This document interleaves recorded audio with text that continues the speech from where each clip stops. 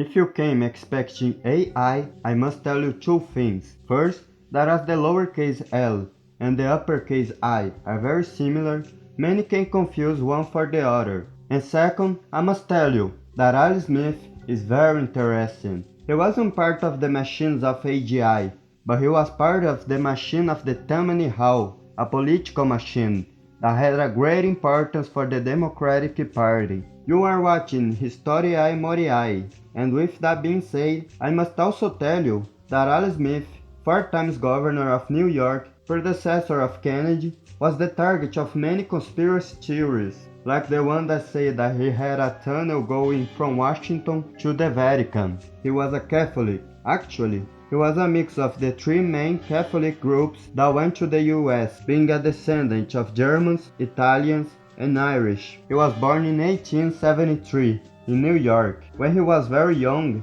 13 years old, his father died, and he worked by selling fish for 7 years at the market to help his poor family, getting only $12 per week. But now, talking about his political career, he, identifying himself with the lower classes and Irish migrants, campaigned as a man of the people. He worked for the passage of progressive legislation, and even though he was involved in the polemical Tammany Hall, this political machine that used both charity and patronage to keep political power, he was always very honest and didn't got involved with any corruption. Smith's first political job was in 1895 as an investigator in the office of the Commissioners of Jurors, as appointed by Tammany Hall.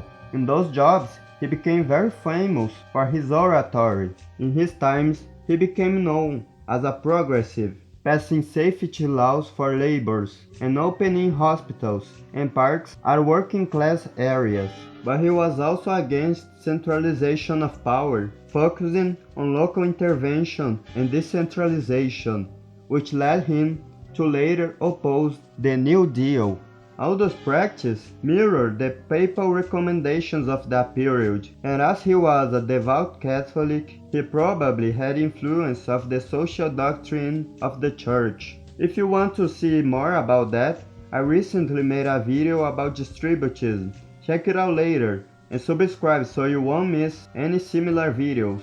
But now, he, as was said, worked as an investigator and was appointed to investigate factory conditions after 146 workers died in the 1911 Triangle Shirtwaist Factory fire. And he was so impacted by this, and by talking with the families of the victims, that he went on a crusade against those unsafe conditions.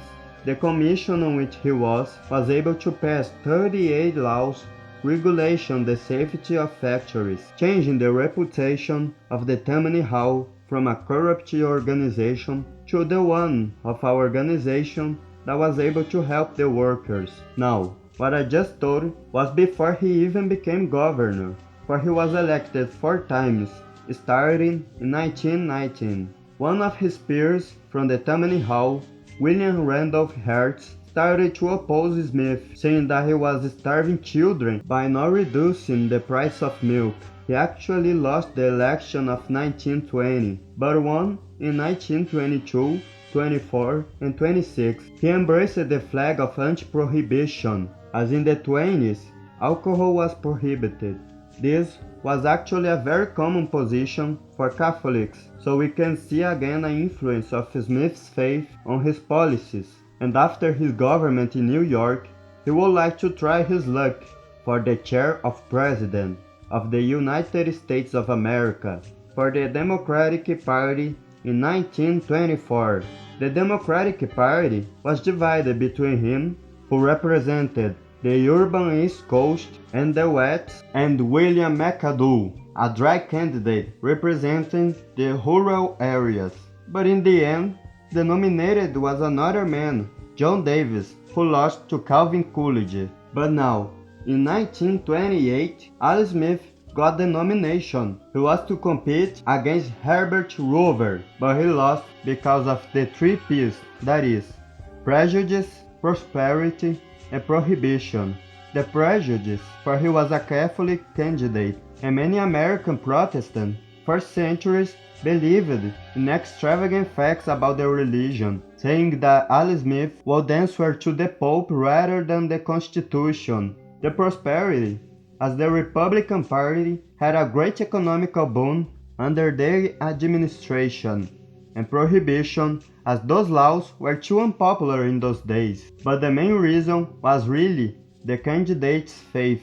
Bob Jones Sr., a prominent Protestant pastor in South Carolina, said, "I will tell you, brother, that the big issue we've got to face ain't the liquor question. I'd rather see a saloon on every corner of the South than see the foreigners elect Al Smith president." A Methodist newspaper in Georgia called Catholicism a degenerated type of Christianity, while Southern Baptist newspapers ordered their readers to vote against Smith, claiming that he would close down Protestant churches and freedom of worship and prohibit reading the Bible. By the other hand, Smith had a lot of votes from the African Americans, as he was in favor of racial equality, was anti-lynching, and Rover in general, allied with segregationist groups of voters. A writer, Samuel O'Dill, wrote that in this year, black voters voted to the Democratic Party in unprecedented numbers. After the 2018 election, Al Smith became president of the Empire State Inc., the corporation that built the Empire State Building, starting on St. Patrick's Day and opening in May Day as a symbolic labor celebration.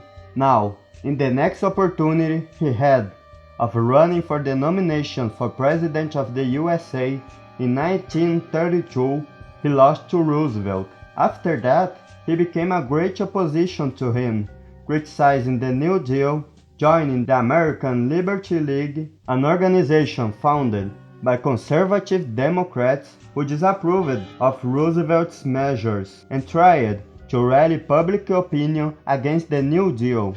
Al Smith started to despise Roosevelt so much that he supported Republican candidates against him in 1936. It was more of a personal problem than ideological, as according to Smith, Roosevelt had stolen his ideas in the government of New York and applied it in a federal level, taking all the credit. But he also, as we had said, disagreed with centralization in general. But Smith and Roosevelt made peace later, in 1941.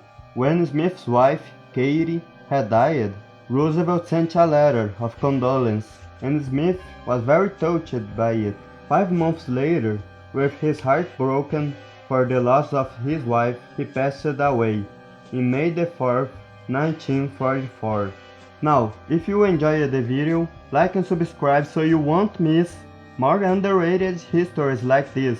For next week, I will post one about the last Catholic Emperor of China.